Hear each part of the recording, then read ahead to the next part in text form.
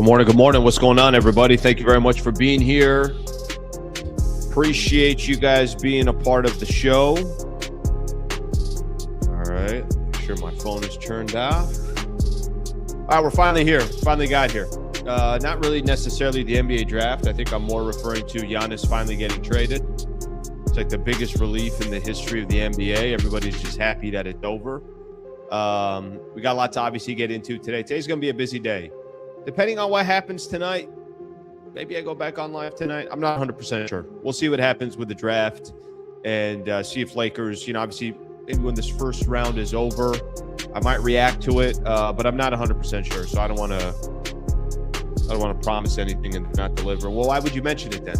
Why would I mention it then? That makes no sense. I had a full conversation with myself here. All right, let me give everyone a quick rundown what we got going on for the show today. Obviously, a lot of NBA topics. Get ready, because I think the next 2 weeks, there's going to be rumors and topics like no tomorrow. So we'll do our best to obviously hit on everything, and we'll continue to obviously have Laker angles in regards to all that. Giannis Antetokounmpo finally traded to the Miami Heat. Came down to Miami, came down to Boston, and the Milwaukee Bucks chose the Miami Heat. Kind of an interesting scenario, to be honest with you. I think I started leaning towards just thinking that the talented Jaylen Brown, they were going to take Jaylen Brown, and they were going to take their chances with that. That doesn't happen. He ends up with Miami. Could open up some doors. Now, some of those doors I'm not as confident as maybe others are. Clearly for the Milwaukee Bucks, they took less talent up front. There's a reason why they didn't take Jaylen Brown. They want to rebuild. They want to rebuild with a young core and go from there. Now, are there some players that are involved in that trade or maybe that are on the Milwaukee Bucks that could be available? That's going to be part of the conversation. I have on here, can the Lakers capitalize? So I think that part's obviously interesting. There were some other trades that went down yesterday as well. Julius Randle, Nic Claxton. Take Claxton off of your list. If you were somebody that wanted to see him with the Los Angeles Lakers, that ain't happening. He now joins, where'd he go? I think he went to Chicago. Is he Chicago? I think Claxton's in Chicago. Julius Randle's going to the Brooklyn Nets. Why do I bring that up? I bring that up because now the team with the most cap space in the NBA is the Los Angeles Lakers. Lakers have more cap space than any other team in the NBA. Now, what are they going to do with that cap space? What can they do? We'll have that conversation. Obviously, there's no guarantees just because you have the most cap space. The problem with the Lakers, they got their own players that they have to sign. So they're going to be asking for some help from guys like Austin Reaves and from guys like LeBron James, but we'll hit on that. Mike Garcia, who is basically kind of become an independent draft expert on the NBA draft, is going to join the show. So I recorded this a little bit earlier. So I'm going to play the interview. It's probably close to about 25, 30 minutes long, something along those lines. So I'm going to get through all of my topics that I want to get into. And then Mike Garcia, again, has done a phenomenal job. He's kind of made his rounds here. I know he's good friends with Lakers Film Room, which is Pete. So knows him really well, and I think has been on there for a long time. But enjoyed my conversation with him. A really, really nice guy. So I'll play that for you guys. Obviously, the NBA draft coming up tonight. Who are the Lakers going to select if they do not trade that pick? What's going to be some of the things that the Lakers are going to be looking for? Why it's so important to try to buy into that second round. Lakers do not have a second rounder. They just have a first rounder. Why there's a lot of talent in that second round that the Lakers could try to capitalize on. So we're going to get into that with Mike Garcia. The reason why I have this as a topic on here, there's obviously a lot of draft rumors right now. There's a lot of trade rumors right now, specifically around the Lakers. There was a trade idea out there about Daniel Gafford, and it actually came from the Dallas Mavericks. It was a Dallas Mavericks kind of driven site. Would the Lakers and the Mavs make a trade at this point? I mean, is there still, this is, obviously since the trade, since Luka became a Los Angeles Laker, there has been a lot that has changed with the Dallas Mavericks, and they don't have the same head coach. They don't have the same president of basketball operations. I mean, they've made a ton of changes over there. We'll get into that as well. I still don't think the Lakers and the Dallas Mavericks are going to be doing business together in the near future. We'll see what happens in regards to that. Of course, Masai Ujiri now running the operation there. That's a quick breakdown. We'll have a few things on the NBA news front, and then we'll call it a Tuesday. Then we'll see about tonight. Let's see what happens.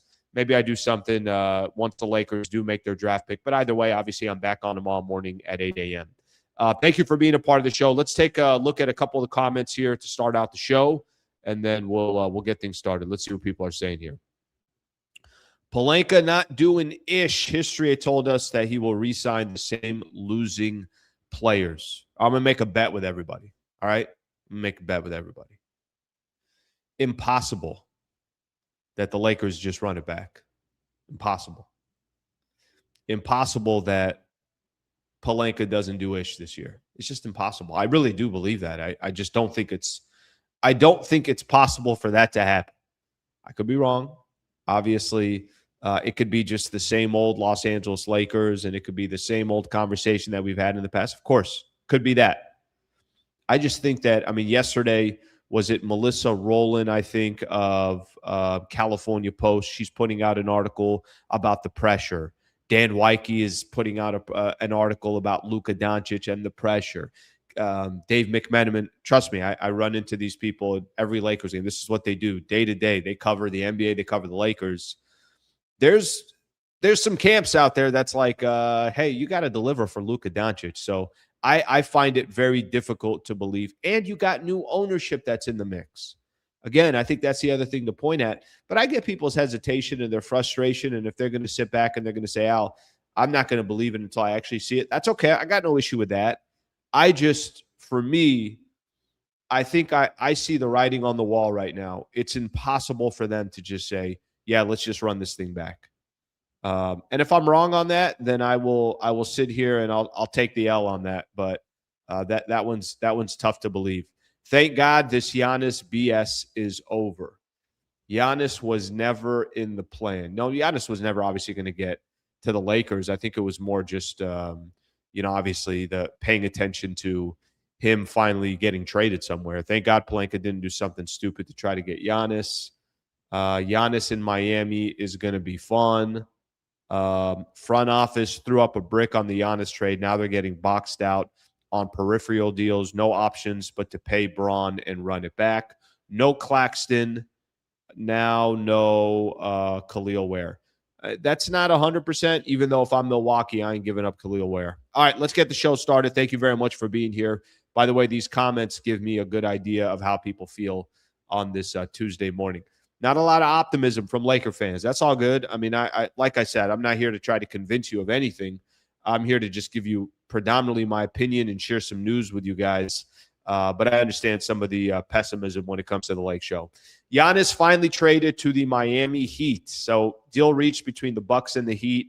Heat receive Giannis Antetokounmpo and Bobby Portis. So they get both of those players. A lot of bigs there. You got Giannis, you got Bobby Portis, you got I'm drawing a blank here. You obviously got a handful of bigs here, and Bam Adebayo. You got a handful of bigs here, and in return, here's what the Bucks are getting. They're getting Eric. If you could find the details of that deal and just put it up to the side, let's put it up here. Tyler Hero, Khalil Ware, Jaime Jaquez Jr., Kasparis Jackleonis, 3 first-round picks. The number 13 pick in this year's draft, a 2031 first rounder and a 2033 first rounder. So that's obviously the 3 picks. 1 pick swap in 2030 and 1 second-round pick in 2033. Boston was obviously the other finalist for the service of Giannis Antetokounmpo. He ends up with the Miami Heat. A little bit of a, kind of however you want to call this. I don't know what the fallout's going to be on the Jaylen Brown stuff. Does Jaylen Brown say, you know what, I don't want to freaking be here. I've got a finals MVP in 2024. I was an MVP candidate this past year. I helped my squad be the number 2 seed without Jason Tatum for most of the season. And every time I look, this is the second time I've been in some real significant trade rumors. And maybe the Boston Celtics just don't appreciate me. I don't know what's going to happen. Maybe he's fine and nothing happens from there. Maybe it's motivation for him, whatever the case is. But he does not go to the Boston Celtics. He ends up with the Miami Heat. Miami does its thing. This is what the Miami Heat do. This is what Pat Riley does. And they have found a way. I think yesterday I saw what are some of the bigs they've traded for: Alonzo Mourning, Shaquille O'Neal, Chris Bosh. Obviously, they got LeBron. They traded for Jimmy Butler. This is what Pat Riley does. He's one of the best in the business, and he does it again. And did they give up a lot? Sure, they gave up a lot. They gave up a lot of young assets. They're going to have to figure out how to, build their team around Giannis and around Bam Adebayo. But they'll be one of the teams to reckon with in the Eastern Conference. And they got the guy, and now it's a matter for them to try to figure out how they can be the team in the Eastern Conference. They'll have the Knicks, they'll have the Boston Celtics, if you want to put Cleveland in that category, whatever teams, are in the East that are going to be competitive. But Giannis finally traded away. And to be honest with you, it kind of was one of those, it's usually when a player of that caliber gets traded, there's a shock factor. I don't think anybody was shocked yesterday. I think everybody's like, finally, I'm just kind of finally ready that this trade was done and that he's going to a different spot.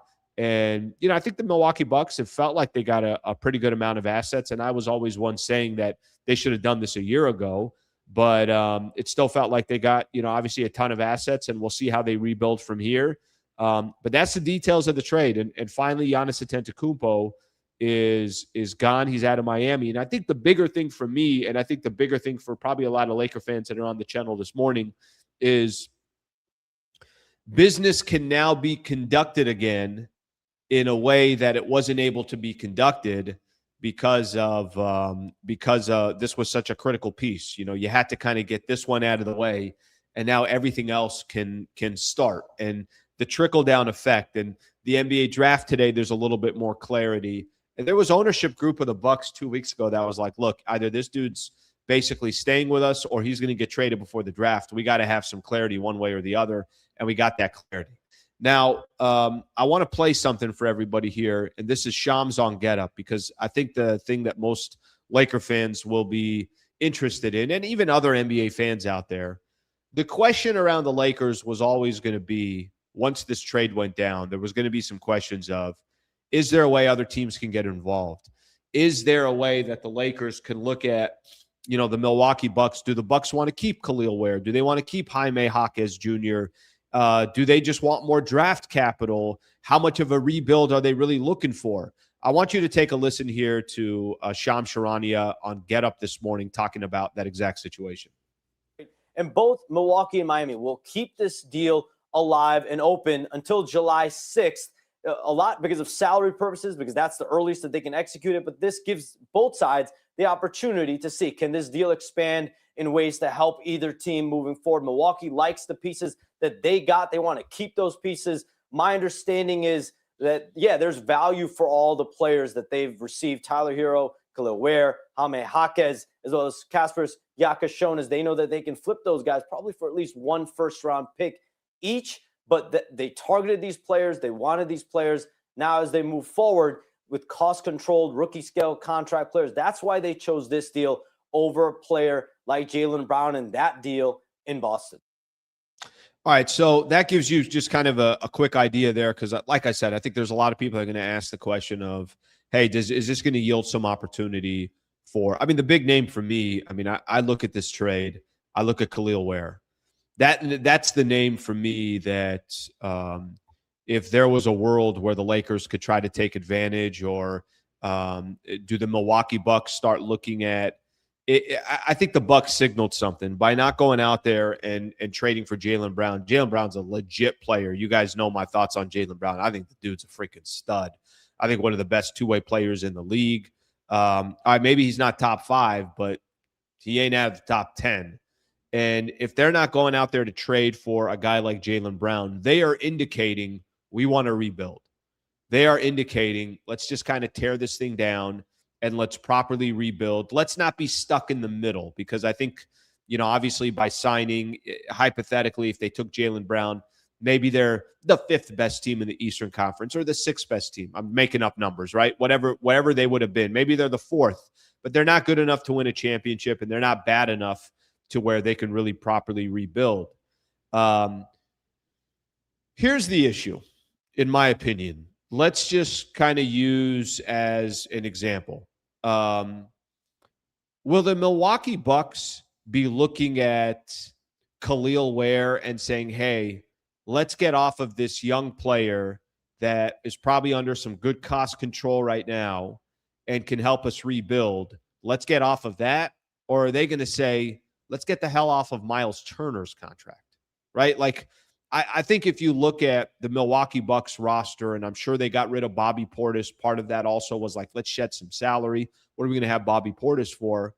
I think they're going to start looking at players that are on their team, and they're going to, Eric, see if you could do this. And I don't know if we can do it this early. I don't know if a Basketball Reference already has the Bucks roster updated with salary, but if it does, let's throw that up there. But my concern is a guy like Khalil Ware, if I'm the Milwaukee Bucks, why the hell would I want to shop him in a deal? Why? I listen, and maybe this thing could expand. And a lot of people keep kind of referencing, I don't know if you guys remember this last year, but last season, the KD trade was agreed earlier in the summer, not completed until July 6th, and expanded from Phoenix and Houston to include 7 teams and 13 players total. Lakers jumped in the deal, and it's how they ended up getting Adu Thero.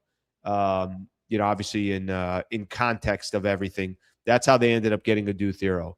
I think if I'm the Milwaukee Bucks, let's see what they got here. So it's already kind of starting to show. I think this will be helpful to see. Go back up here. Okay, so let's use Khalil Ware as an example. The dude's 22 years old. Look how much money he's making these next couple of years. I mean, you want that on your contract. You want Jaime Jaquez on your contract. Tyler Hero, that's a different story. I mean, obviously, maybe if there is maybe it's Tyler Hero, the type of player that they look at trading. But I'm looking at some of their other guys. Are they going to probably try to shop Miles Turner and say, somebody want to pay Miles Turner $26, $27 million a year? Go take Miles Turner. Does somebody want to go pay Kyle Kuzma, even though this is going to be the final year of his contract? But that, to me, is what I'm doing if I'm the Milwaukee Bucks. I'm not trying to shop away players that are under cost control, that have a lot of promise. Let me kind of get my fan base excited about some of these young players and what they can do. So I have a difficult time, thinking, and you go down a little bit further. Let's see just some of their other players on their roster. Here's a perfect example. Ryan Rollins, who's a nice young point guard. These are players they're going to keep. They're not going to get rid of guys like this. Maybe there's some vets in here, the Gary Trent Juniors. Maybe there's some other guys that they shop around, but those are such cost control. I don't think those guys are going to be a problem. I think they're going to try to get rid of some of these big dollars that they're hanging with. Now, maybe the Lakers overvalue Khalil Ware and come in and say, hey, no, we got a couple of first rounders that we want to offer for Khalil Ware. And then for them, it's like, okay, hey, that's worth it. Whatever, that structure looks like. I'm obviously making up stuff. I don't know what his value would be in a type of trade like that. But that's how this trade could potentially get expanded, and that's how potentially the Lakers can get involved, and it ain't going to be easy. So I think, to me, the story out of last night's trade with Miami and the trade of the Milwaukee Bucks trading Giannis Antetokounmpo, as big of a story to me it was of Giannis going to Miami, it was, okay, well, what can happen here? Is there something that can happen with the Milwaukee Bucks where they say, and the Lakers can kind of swoop in, and they probably got to overpay. And frankly, I think for the Lakers right now, in order for them to change the roster that they're going to be changing, I do think they're going to have to overpay for whatever it is that they do. Any trade, I think people are going to kind of sense this. Lakers are going to try to be ultra aggressive, maybe a little bit desperate if you want to use that word. But whatever the case is, that is potentially how the Lakers can get involved. All right, let me take a look here at some of the comments and go from there. Let's see what we got here. Let me see what some of the people are saying here. I'm glad Giannis stayed in the East. By the way, I'm sure that was probably strategic for Giannis as well. Why come to the Western Conference? If you're not going to the San Antonio Spurs or the Oklahoma City Thunder, why are you coming to the West? I think this is obviously a phenomenal fit for him. And it's Miami. It's Pat Riley and it's Eric Spoelstra. So they're going to make that team highly, highly competitive, and they're going to give themselves a chance to get back to the NBA Finals. Best part of the Giannis deal is Boston ruined relationship with Jaylen Brown. That's an interesting one. I think that's going to be kind of one of the storylines. Let's put it this way. If Jaylen Brown is still on the Boston Celtics come training camp, every question is going to be about that. Because it was such a public story that, obviously that he was involved in this deal. Let me get a couple more in here. Yes, thank God the trade is done because that's all we've heard about for years. Bucks won that trade. We got some good talent back. Miami Heat better not hope Norman Powell leaves them for another team this summer. Yeah, they're going to have to hold on to a lot of their guys, especially Norman Powell. By the way, if I'm Norman Powell, I'm getting some damn good looks with Bam Adebayo and Giannis Antetokounmpo on that team.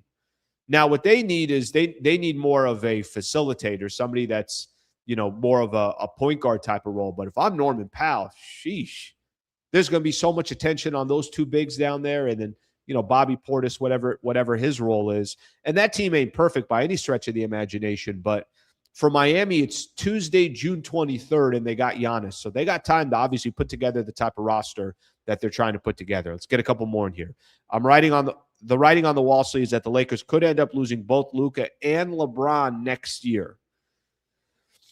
I have a lot less concern that Luka's going anywhere.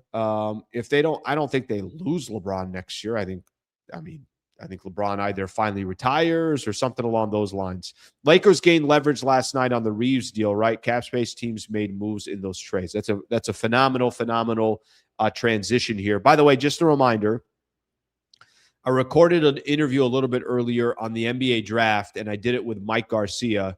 So we'll get into that interview here in just a little bit. So let me do this here. Let's talk a little bit about how the Lakers, this third topic I have here, the Lakers cap space.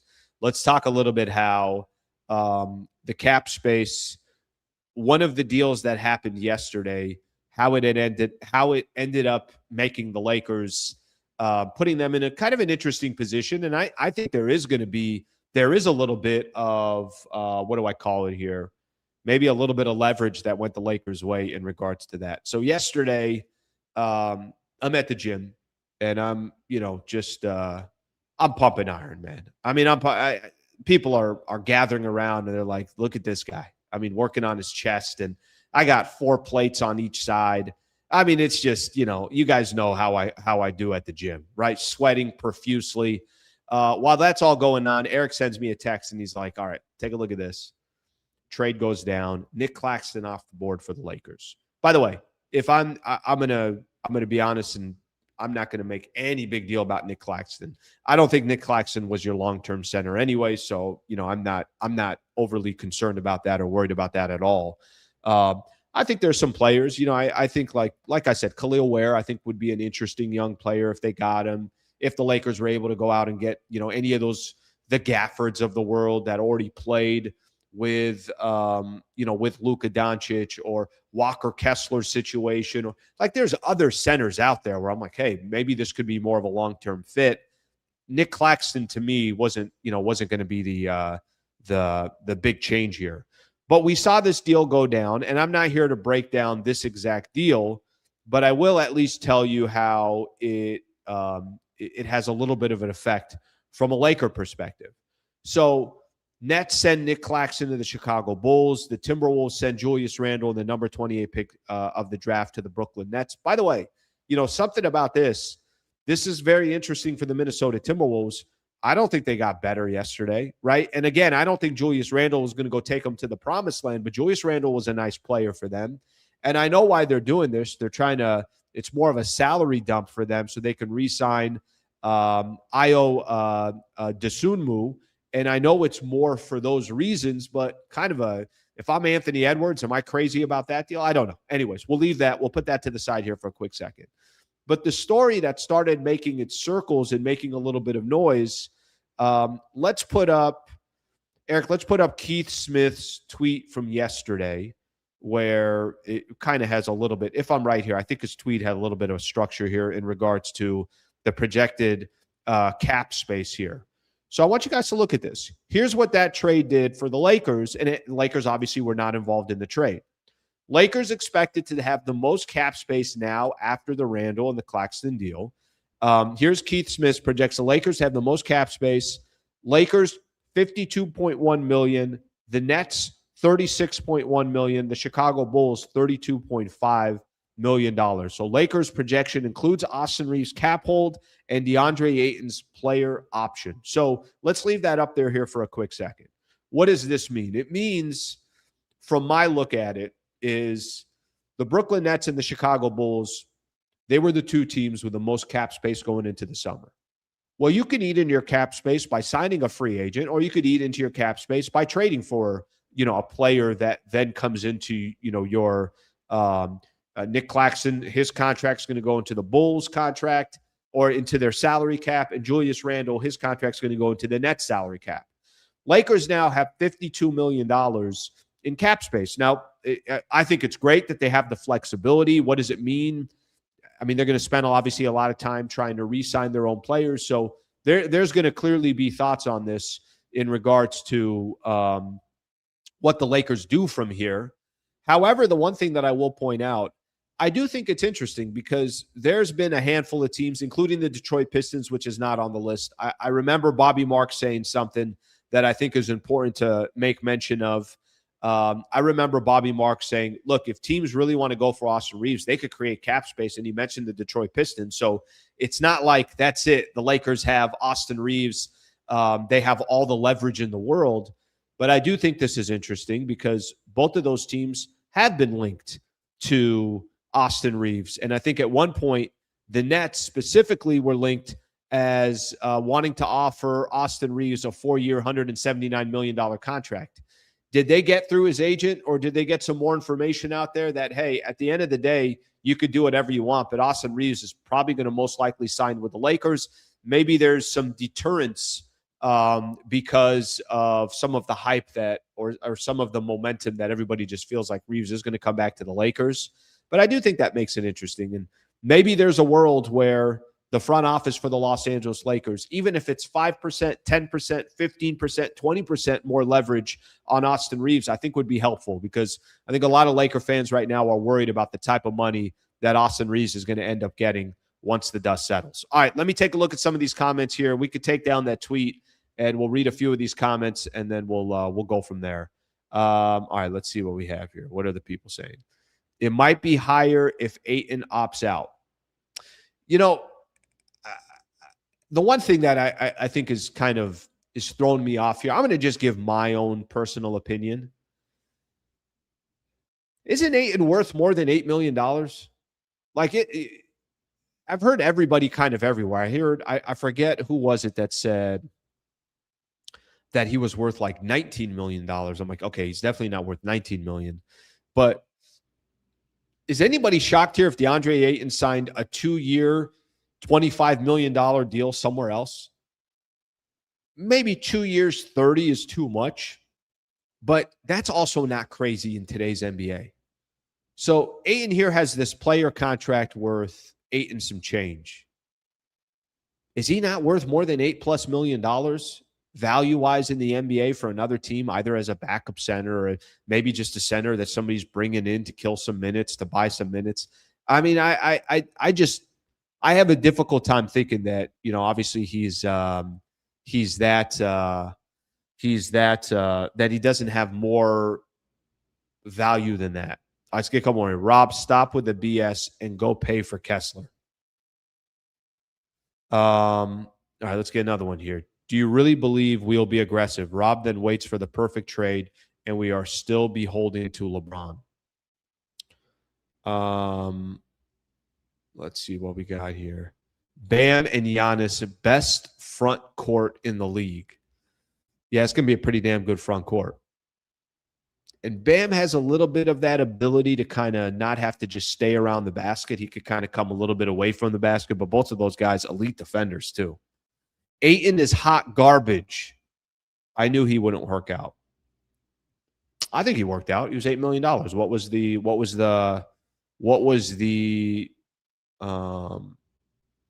risk that the Lakers took? Lakers took no risk. Exactly. Lakers want AR and AR wants the Lakers. They will negotiate a contract that is acceptable to both. hopefully some of that, that action yesterday plays into the Lakers' hands a little bit. That'd be great. I mean, that'd be phenomenal. I mean, what if you saw, even if it was a 4-year deal for Austin Reaves around that 175 mark? I'd love to give him less years and more money, but we'll see what happens. I mean, if it's anything north of 200, that to me is a little bit crazy. Come on, Slee. No one in their right mind giving AR a max.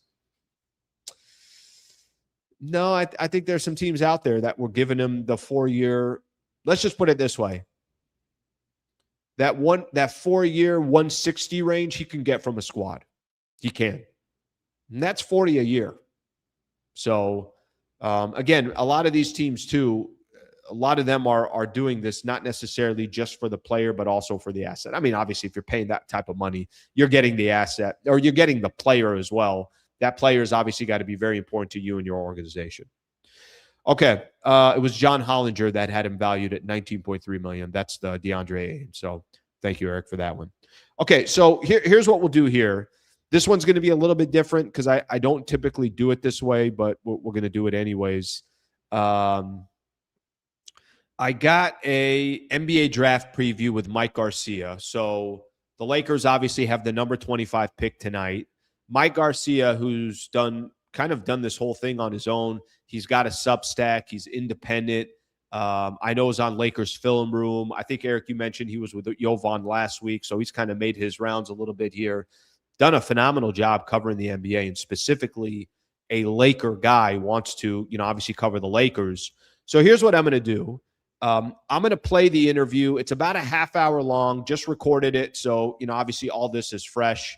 And take a listen here. So this is going to be kind of mixed into today's show is the NBA draft preview. Of course, the Lakers have the NBA or the NBA draft coming up tonight. So that's obviously going to be a piece of this. We'll play it. And then when the interview's done, I'll come back on for a few minutes and then we'll get ready to wrap up the show. So again, this is Mike Garcia getting us ready for the NBA draft coming up tonight. And we will get this. All right, I want to welcome in our guest for the show today. Of course, we know that the NBA draft tonight, Lakers, the number 25 pick, they do not have a second rounder. And very happy to bring on Mike Garcia, a Canyon driver. You can follow him on Twitter. Also, his Substack, LakersDraft.substack.com, does a phenomenal job of breaking down the NBA draft and specifically the Los Angeles Lakers. Mike, what's going on, brother? Thank you for coming on. It's NBA draft week. I'm super excited about what's going on.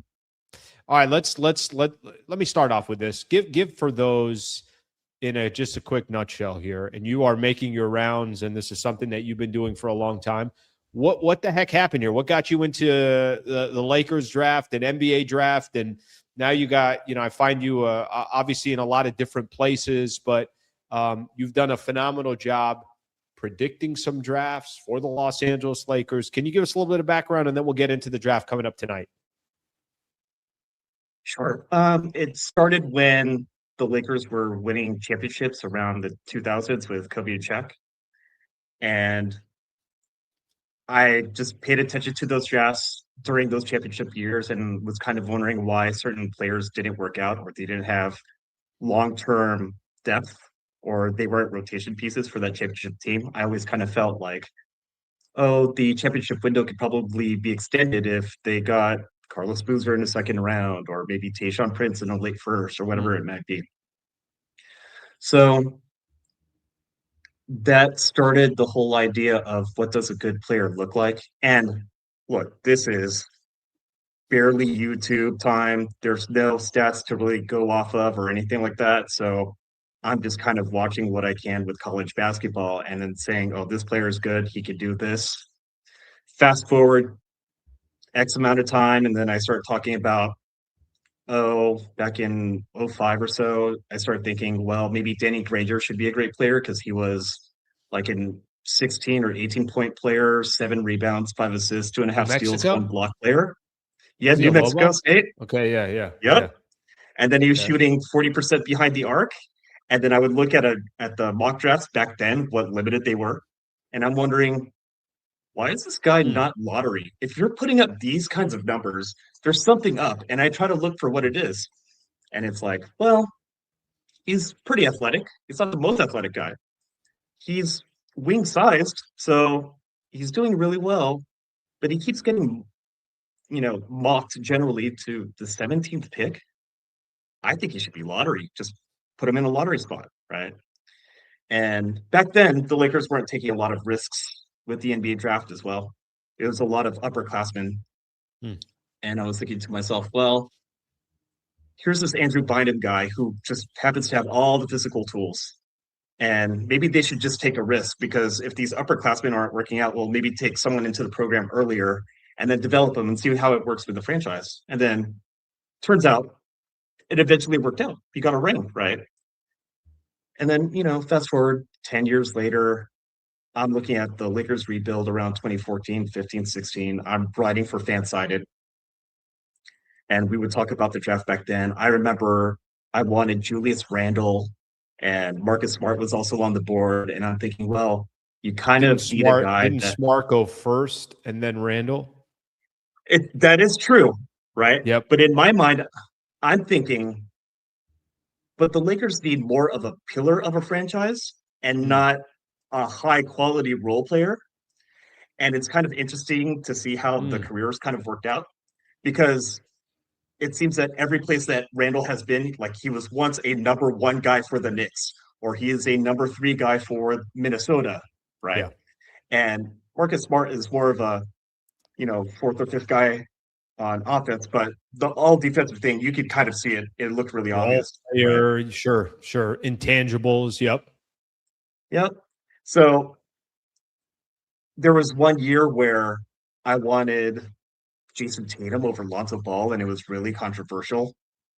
And in my mind, it was, well, Jason Tatum is like a Kobe Bryant fan, and he's a Laker fan, and he's a wing from Duke. And, the research I knew back then, it was him learning, taking skills training while he was in high school. He was actually doing really well. He did his freshman year at Duke. And I'm thinking, well, I think that's the best player available, right?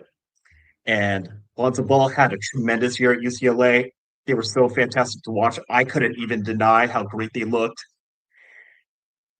And, we've kind of seen how the careers turned out. And now Tatum has a championship with the team we don't want winning championships.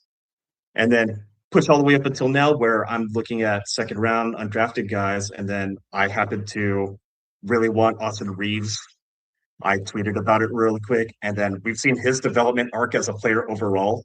And he was just overlooked because of age and some perceived athletic deficiencies. Well, if he's a guy that's getting to the rim and he has a free throw rate of like basically 50%, and then he started his career at Wichita State as a 40% three-point shooter, and then it drops. Well, why does it drop to the mid-30s? Well, he takes a lot of contested shots because he's a primary initiator for his current team. Well, here's a guy that attacks the basket and he shoots threes and is a pretty decent passer, but he plays with a high motor. I think he's going to have an NBA career. I wrote about him on my Substack, made him a first-round rank among a few others, like Herb Jones is another one. And we've seen their careers kind of develop, and I wondered, like, well, why are they undrafted? Why weren't they just picked by the team?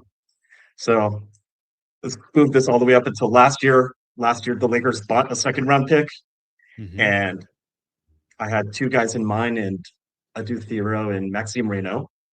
I made a board, and I had Thiero really high, like number 13. And it seemed kind of iffy to justify that until I realized, well, he's wing size, he's big, he's super athletic, he's top Super tier. athletic. It's a top, right? It's one of the Top few tier motor. players. It's one of the few players that I think Laker fans are actually excited about for next season. Yep. Right. Top tier motor. He's just always active. He pops when he's on the screen. And the thing that that would go against him was, oh, well, he doesn't have a 3-point shot yet. Sure. And he's not an on dribble playmaker. But in my mind, he's an impactful guy on an archetype kind of player that's really difficult to get. and these are the guys that end up really expensive in a free agent or trade market. Why not just get them early? Let's see what happens, right? So the knee injury didn't help things. It hurt, but look who he is now. So that takes us all the way to today, where the Lakers are at number 25, and I'm excited for what opportunities lay for them. Well, it's fascinating, because I think a lot of us, you kind of carve such a unique niche, because I think for a lot of people, unless you're maybe working for a huge outlet or something like that, and you're like, yeah, I'm a college basketball guy, or a college basketball, I mean, obviously you're watching college basketball, but for you to have so much focus on college basketball for the NBA draft, that's what, obviously makes it unique. And we all kind of watch this more as a fandom. If you say, hey, why did you get into covering the Lakers? It's because I grew up watching the Lakers, and, I enjoy it. I enjoy covering the NBA, enjoy covering, obviously, Lakers basketball. But what a unique niche. Okay, so here's what I guess I'll ask you. Lakers got a number 25 pick coming up tonight. Here, I'm going to kind of take a couple different angles with you. Let's first kind of go off with, based on all the research that you do, based on, I'm sure you're reading a ton of different things and also doing your own research and everything else. Do you feel like if you had to put a percentage chance, hey, Lakers make the pick or Lakers trade the pick, do you feel you have any pulse for that? Or is it predominantly just more kind of focusing on the type of player that they would bring in? I mostly focus on the type of player. It's really difficult to balance what to look for in the draft on top of roster construction and what trades are actually available. I just think of, well, the NBA draft is basically a free shot to add talent. What kind of talent are you looking for, and does that draft class have it? So that's kind of what I'm looking for. Would they trade the pick? Okay, it's very possible. Go ahead. Okay, it's very possible they trade the pick. I mean, the modern collective bargaining agreement makes it so difficult with the aprons that salaries are tight and players get attached to picks just to go to another team to free up more money. That makes sense to me. I totally get it. Describe this draft, because I've heard a lot of people say, hey, this draft is loaded. Is it front heavy? Is it no? Hey, anywhere in the first round, there's just a wild amount of talent. Yeah, second round will be interesting as well. Like, how do most people look at this draft? Lakers obviously not having a top 5 pick or a top 10 pick. How do people look at the totality of this draft from a talent perspective? So this is a rare draft where if you look at the draft historically, it's hypothetically 4 number 1 types picks at the very top. Oof. We saw Risa get picked number 1. And if I said, hey, Caleb Wilson at number 4 is better than Risa at number 1 by a margin too, that's a hypothetical number 1. It's top heavy, right? Into the lottery, there's probably 5 point guards that warrant a lottery draft pick spot. And it's really difficult to discern who to choose among them because they're all really qualified, all have unique talents. And then the draft class is also unique in that a lot of big men, they're not really lottery level.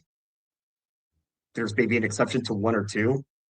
But for whatever reason, when you get into the late first round, there's basically 3 or 4 big men in general. And then if you look into the mid-second round, so basically, let's say pick 20 to pick 40, there's like 10 bigs you can pick from. And they all have different unique talents. So it's a loaded draft in that case. It's deep in terms of talent depth overall. And then it's stacked heavy at the very top as well. It's a very rare class.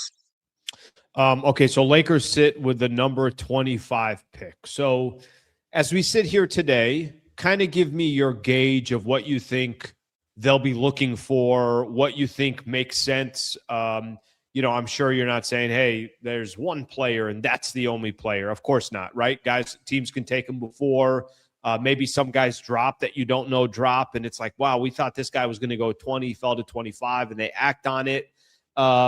What kind of stands out to you with the Lakers having the number 25 pick?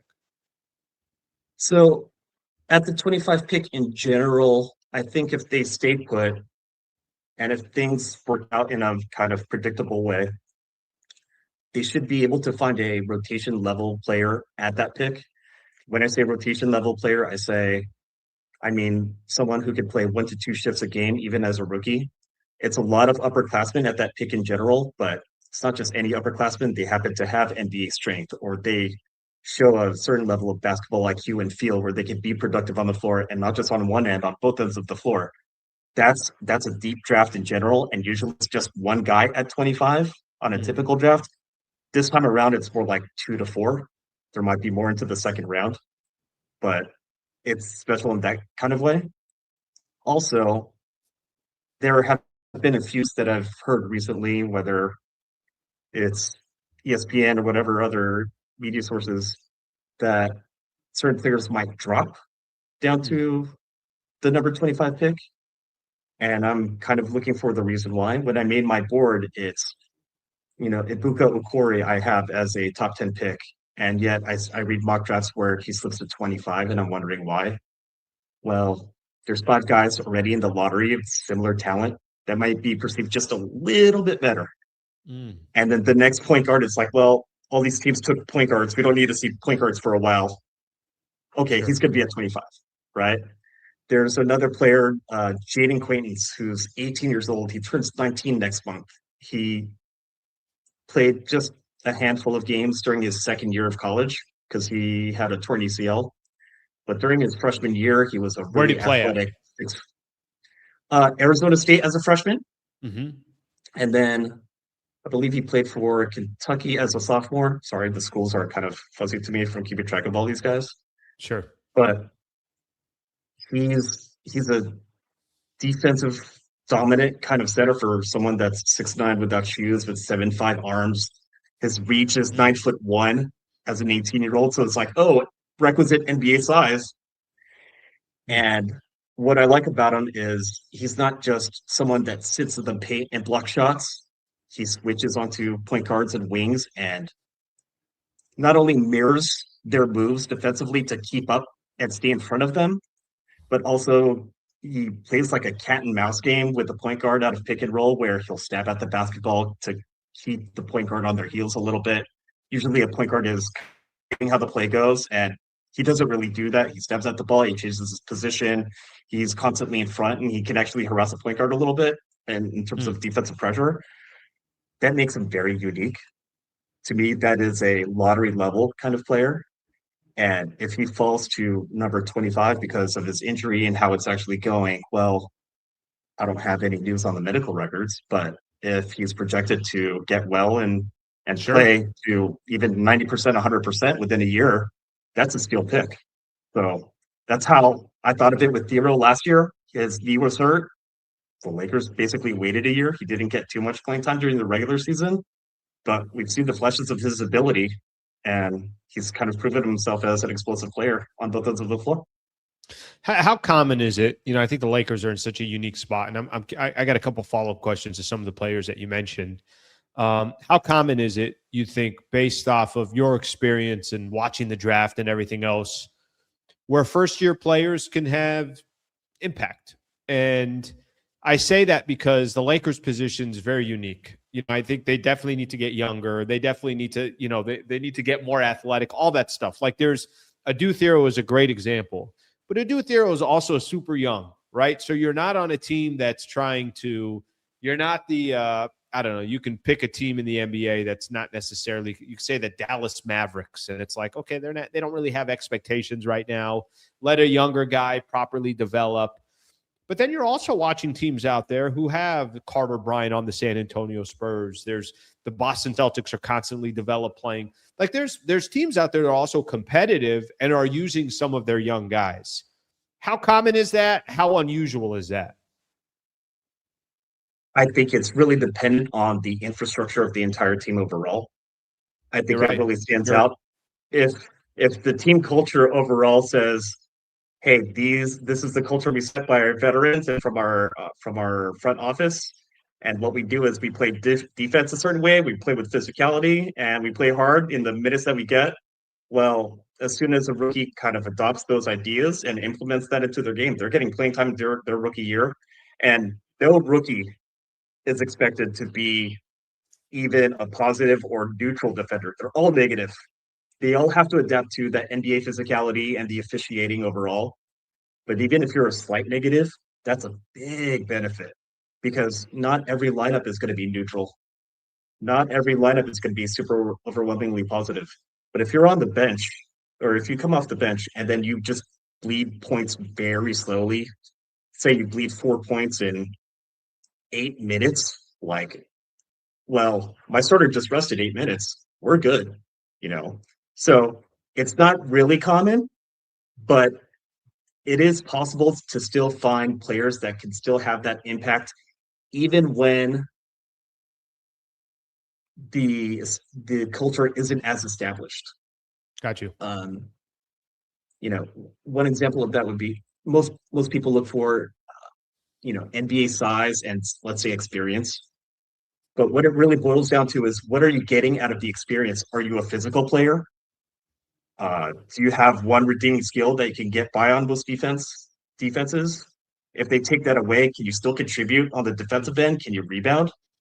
Can you stay out of foul trouble? And then can you basically, do you understand your sets, right? On both ends of the floor. Do you understand the scheme? Do you understand this half-court set?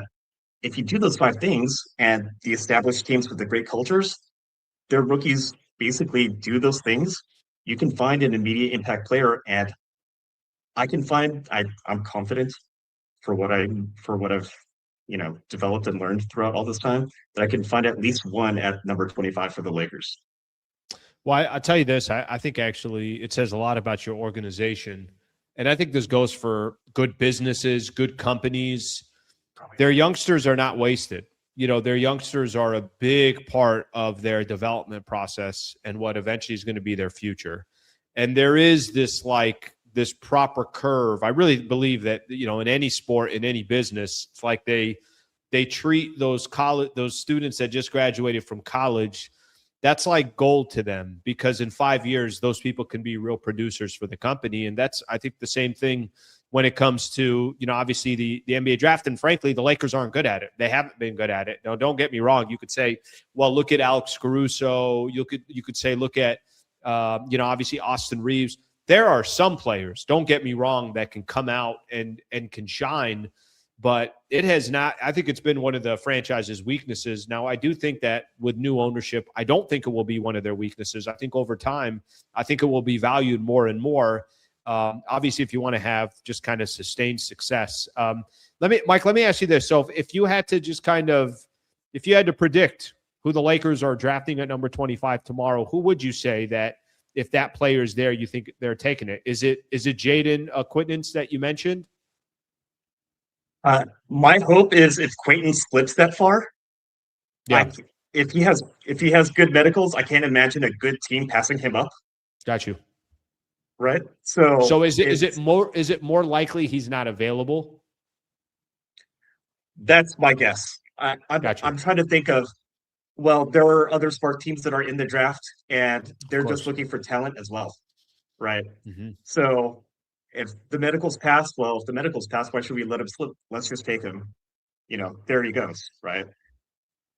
But from all the other mock drafts that I've seen and come across, I think that the Lakers pick is going to end up Tyrese Reed Jr., just a guess.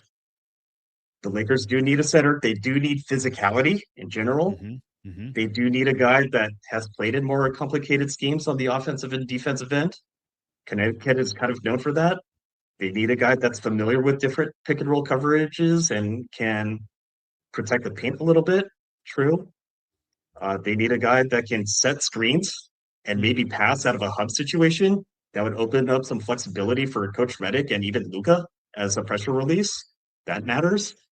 He checks off a lot of boxes across the board on both ends. And aside of maybe a little bit of foul trouble, which I definitely think is possible, that's still a contributing player for 1 to 2 shifts a game. And, that would be my guess. So Tyrese Reed Jr. out of UConn would be again, if we're just predicting, maybe Tyrese Jr. goes 22, maybe goes 20, whatever the case is. Right. But based off of the circumstances, you think there's a chance Lakers. And I think that also kind of talks to the type of player that they'd be grabbing, right? Somebody that has been in the league for a quick second, can come in and probably contribute sooner than somebody who's 18 or 19, 6'11", like you said, the athletic, the rim roller, all that stuff fits into a need that the Lakers are desperate for. And who knows, maybe could be a player that down the road becomes, if that's the player that they end up drafting, if he's available. Okay, a couple final ones here, brother, and I'll let you go. Mike Garcia doing a great job. By the way, like I mentioned in the beginning, I want to make sure people know you do have a Substack, LakersDraft.substack.com.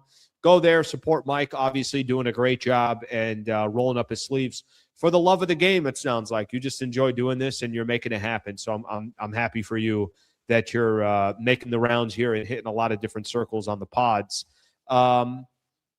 Let's see. Are you hoping the Lakers, they've done this before where they bought a second rounder? How's the talent in the second round to where you'd like to see them?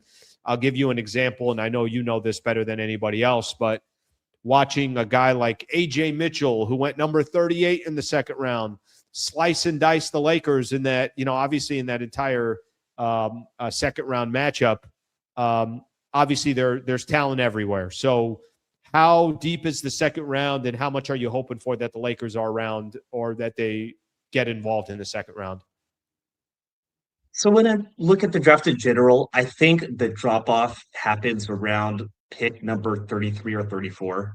Okay. When I listen to different podcasts, whether it's Sam Vecini or whatever else it might be, they'll talk about first round gradings or guaranteed contracts. Usually it's 15 to 20 guys that are, this guy's going to comfortably make it to their second contract. No problem. When it's 15 and 20, that's a good draft. This year it's 25 to 30. And that's just a really good guess based on how much basketball you've watched and how you've seen talent level up year by year.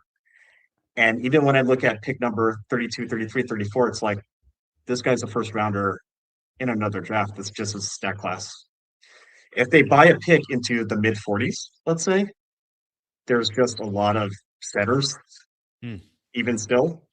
But what I like, we've talked about organizations that have a great culture earlier.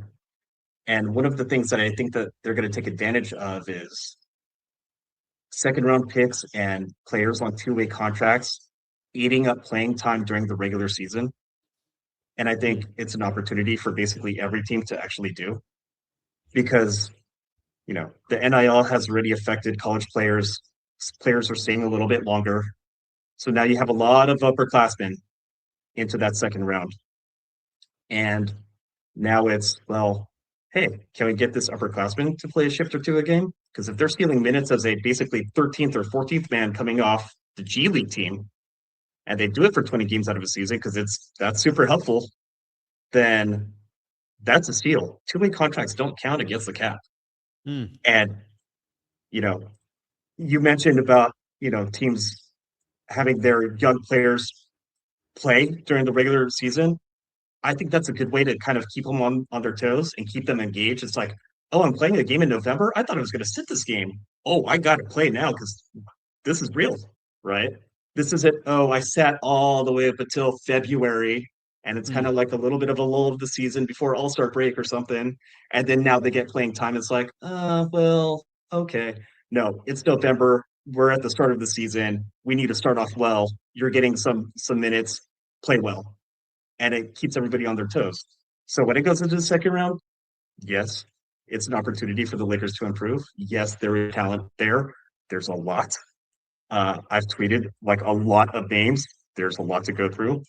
But in general, I think they're all kind of worth taking a shot on because they all bring at least one clear NBA skill. And that doesn't always happen all the way through to the end of the second round. If I say, hey, there's 5 rim runners that are really athletic and can dunk and have a hint of rim protection, that's worth taking a shot at it a two-way, right? If I say there's a guard that's like Bruce Thornton, who's really efficient from the field, 75% close to, 57% far to, 40% behind the arc. I don't care if he's, 6 foot with 6'6" arms, or he's not the most athletic guard. I just see this guy can actually score. Let's see what he can do against an NBA defense, because if that works out, that's a microwave scorer off my bench and I can play that guy. And even somebody's going to get hurt during the regular season, have this guy come in for a shift or two a game, and you have this microwave score. That's a bonus, and it's also a luxury as well. So yeah, it's definitely worth investing to the second round. Well, I would tell you this. This is when we're going to find out the Lakers are a good franchise. A sign of a good franchise is a franchise that could identify and develop talent. And that, I think, is a true indicator. Final one I got for you, brother, and I appreciate you coming on. I know we went a little bit longer than I mentioned. If you had to predict the first couple of draft picks, what would you predict for the top drafts? Obviously, some of these upper echelon. I know you said the top four. Basically, all these guys can technically potentially go on. How do you see it playing out? Okay, my personal board is Darren Peterson number 1. I've never seen a guard that can have a scoring flurry like that in my life at the college level, where it's 20 points, but he's doing a lot of self-creation, and then it's 20 points at the half, right? There's Boozer number 2. He's basically 1A as far as I'm concerned. Really smart. I think he's 18, turning 19 soon, and then he already has an NBA body, already a 40% three-point shooter, solid athlete, and then you can see that his passing rates are really great. Number 3 is AJ DeBonsa. I'm just a little bit lower on him, only because I haven't seen this defensive consistency that I would have liked to see out of even Boozer or Darren Peterson altogether. And then Caleb Wilson, I have number 4. Just not as refined offensively as the top 3. Like the top 3, you can really hang your hat on multiple offensive skills. Caleb Wilson, I'm not really sure what he does offensively outside of being a really high motor wing that really wants to attack the basket and hit an occasional mid-range jumper. But the motor runs so hot, and then he's so attentive on defense, and he's just trying to make as much impact as possible on both ends of the floor. That's definitely worth a number 4 pick usually. So that's my top 4 altogether. Mike, phenomenal stuff, brother. This is your time. This is your time of the year where this is like the Super Bowl for you. So NBA draft obviously coming up tonight. Lakers with a number 25 pick. As we discussed, maybe we'll see if they do something else, second rounder, who knows? Maybe they keep the pick, maybe they trade it, maybe they move up, whatever it is. Really appreciate your breakdown. Thank you very much for joining the show, and we'll definitely have to have you on again sometime soon to talk a little bit more about it. All right, bud? All right, thanks again for having me. I really do appreciate it. All right, good stuff there from Mike Garcia. Like I said, was recorded that a little bit earlier, so good to have Mike Garcia join the show. First time I've had him on, phenomenal. Like a really cool story of how he kind of became one of these individuals that was breaking down the NBA draft and doing what he does. So phenomenal stuff from him. Good to have him on the show, and I'm glad we got to break down a little bit his thoughts on the NBA draft coming up tonight. So Lakers with the number 25 pick tonight. Okay, here's what we'll do. I've made an executive decision. There's been an executive decision. We got together with all the board members. I think there's like 18 people that were involved, and we made a decision that we're going to go live a little bit later tonight. So let's let the first round end. Once the first round ends, that will kind of give us some time because there'll be people that are breaking down the number 25 pick and everything else. And then we'll go live tonight. So I don't know what time yet. I'm assuming, let's say 7-ish, something like that, maybe 7:30. So we'll figure it out. I finished my radio show at 6, so I should be back here in time to do something for the NBA draft and the Lakers pick. So I was overruled. I mean, it was a very contentious board meeting. I mean, people were screaming and yelling at each other. I said, I don't get paid enough to come back on. And then the final decision was made. I'm coming back on. All right. We got a few things left to do. I got some NBA news I want to get into. Got comments here that I know people want to give their reaction to. So we'll do that as well. All right. With all that being said, let's get into a couple of stories here. Let me start off here first. NBA stories here. Let me start off. Listen, I don't think anything's going to happen, but I'm just going to mention it anyways. There's a Mavs blog, Dallas Mavericks blog. this 3-team deal with the Lakers. Michael Harris has an article from Mavs Moneyball. Again, it's part of SB Nation, and it's a Mavs blog, so that's why it kind of threw me off a little bit. If you told me it was a Lakers blog, I'd be like, oh, okay, yeah, here's another person wanting to trade for Daniel Gafford. It ain't going to happen. But trade talk, 3-team deal with the Lakers and the Nuggets. Proposed trade, Lakers get Daniel Gafford. Mavs receive Cam Johnson, Jared Vanderbilt, Lakers number 25 pick, Nuggets number 26 pick.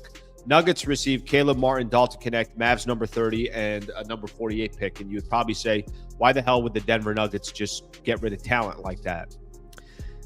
Denver's got a little bit of an issue here. They're trying to get some financial flexibility. They got a lot of, I don't know if you want to call it bad contracts. Maybe it's bad contracts because I don't think they're really that much closer to beating the Spurs or the Oklahoma City Thunder. We'll see what, obviously happens in the offseason. I guess my question is this. I'm still a firm believer that the Dallas Mavericks are not going to do business with the Los Angeles Lakers. I just don't think that's going to happen. I don't see it happening. Yes, I get it. There's different ownership now, or not different ownership, but, obviously, however you want to describe it, different president of basketball operations, different head coach, all that stuff. I just find it very, very difficult for that to happen. I saw this as well, some NBA news out there. Trae Young signs a 4-year, $212 million deal with the Wizards after declining his $49 million player option. So he's going to make Trae Young 49.5, 52, 54, and a player option for 57. I don't know what to tell you guys, but I'm not signing Trae Young to a $212 million deal. The only way you can compete for a championship is if Trae Young's the third best player on your squad. He can't be the first. He can't be the highest paid player. I mean, there's obviously a lot that goes into that. I don't have any confidence that Trae Young could be the head of the snake here and make stuff happen. Shams reports that the Timberwolves lead assistant Mike Onora is being hired as the next head coach of the Portland Trail Blazers, signing a 3-year deal. The Las Vegas Golden Knights owner and founder Bill Foley announced Monday that he's launching a bid to bring the team to Las Vegas. So 7 other NHL ownership groups also own an NBA team. Sham reports that the offers for teams in Vegas and Seattle are going to be in the $7 to $10 billion range. So just kind of gives you an idea eventually when the leagues expand and everything else. All right, draft starts at 5 p.m. That's right. Okay, that's right. It doesn't start till 5, so I'll have plenty of time. Probably 8 o'clock tonight. I think it goes a couple of hours, something like that. I'll plan for this. When the first round is over, my goal is going to be to go live and we could talk some Lakers hoops and see what happened ended up happening in the draft. Awesome analysis. Mike was really good on that. Mike was really good. Can we agree that Austin isn't worth even close to what he wanted?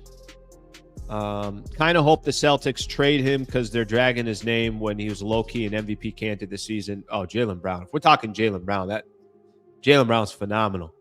Phenomenal. A couple other people here giving a shout-out to Mike Garcia for joining the show, so I'm glad you guys liked that interview.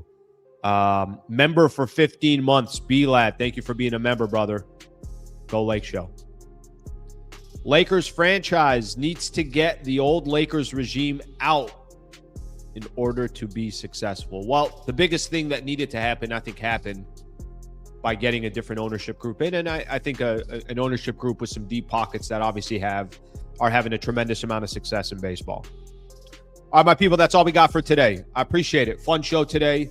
Fun having the guest on. Went a little bit over today. What did we go? Almost $1.09 here. We'll come back tonight. Lakers, number 25 pick. Maybe they trade it. Maybe, something else happens. But I got a feeling, I would have thought the trade would have already happened by now. But listen, there really hasn't been crazy amount of trades or anything like that. I know, obviously, the big news last night was Giannis Antetokounmpo ending up with the Miami Heat. But the way I'll kind of structure tonight, so just to give everybody an idea, we'll wait till the first round is over, get some reaction on it. I probably won't go very long. Maybe I'll go a half hour tonight, but we could at least break down after the first round is over and go from there. All right, my people. Hope you guys have a good rest of your Tuesday. I'll see you tonight. Lakers number 25 pick in the NBA draft, and we'll see what other stuff shakes out over the course of the next, let's call it, 10, 11 hours or so. Shout out to Mike Garcia who came on. Go follow his Substack. The dude is putting in some good work, grinding out there and making it happen. He did a phenomenal job breaking it down for us. So shout out to Mike Garcia for coming on the show. Thank you to Eric Scalar for setting that up. I will see you guys tonight, let's say 8-ish or so. Thank you, everybody.